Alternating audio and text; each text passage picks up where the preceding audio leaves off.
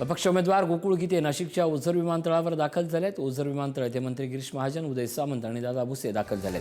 थोड्याच वेळात आज जाऊन तीनही महायुतीतील नेत्यांची ते भेट घेणार आहे। गणेश गीते, गोकुळ गीते यांच्यात विमानतळाच्या बाहेर वाहनात चर्चा सुरू आहे।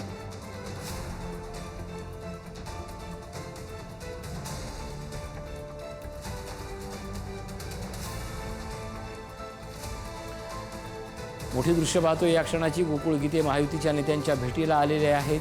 प्रसाद हिरेंपाठोपाठ गोकुळ गीतेही आपला पाठिंबा हा शिवसेना उमेदवाराला दर्शवतात का, याकडे आता सगळ्यांचं लक्ष लागले।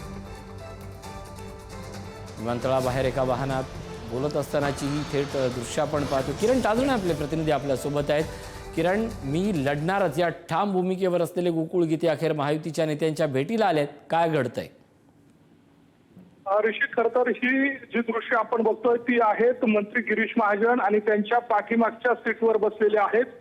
पाठीमागच्या सीटवर बसलेले आहेत गोकुळ गीते, ज्यांनी भाजपकडनं या ठिकाणी उमेदवारी इच्छुक होते, त्यांचे बंधू देखील इच्छुक होते।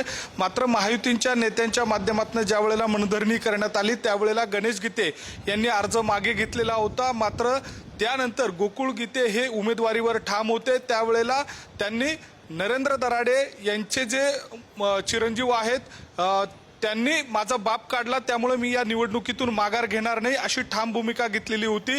गेल्या 3 ते 4 दिवसांपासून ते वेगवेगळ्या भागामध्ये जाऊन प्रचार देखील करत होते आणि अशा सगळ्या परिस्थितीमध्ये आणखी दुसरे एक असलेले बंडखोर जे होते प्रसाद हिरे, त्यांची आज मनधरणी करण्यामध्ये महायुतीच्या 3 नेत्यांना यश आलेलं होतं। आणि त्यामध्ये आता सध्याच्या घडीला जर बघितलं तर याच ठिकाणी विमानतळाच्या बाहेर हे तिन्ही नेते आलेले होते आणि सध्याच्या घडीला मंत्री गिरीश महाजन यांच्यासोबत गोकुळ गीते हे चर्चा करताय। प्रामुख्यानं गोकुळ गीते यांची आता माघार होऊ शकत नसली तरी दुसऱ्या बाजूला जाहीर पाठिंबा घेऊन महायुतीचे उमेदवार असलेले नरेंद्र दराडे यांच्यासाठीची जी निवडणूक आहे ती सुखकर कशा पद्धतीने करता येईल याच्यासाठीचे प्रयत्न केले जात आहे।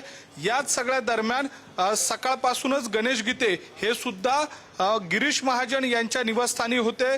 दिवसभर त्यांच्यामध्ये चर्चा सुरू होती आणि अशा सगळ्या परिस्थितीत गोकुळ गीते हे पेठ परिसरामध्ये प्रचार करत होते, मतदारांना भेटत होते आणि त्यानंतर विमानतळावर आता हे तिन्ही नेते या ठिकाणी पोहोचल्यानंतर काही मिनिटांपूर्वी या ठिकाणी गाडीमध्ये गणेश गीते आणि गोकुळ गीते यांनी चर्चा केल्यानंतर ते थेट मंत्री गिरीश महाजन यांच्या गाडीमध्ये येऊन बसलेले आहेत। सध्याच्या घडीला चर्चा केली जाते मंत्री गिरीश महाजन हे स्वतः गोकुळ गीते यांची मनधरणी करताय।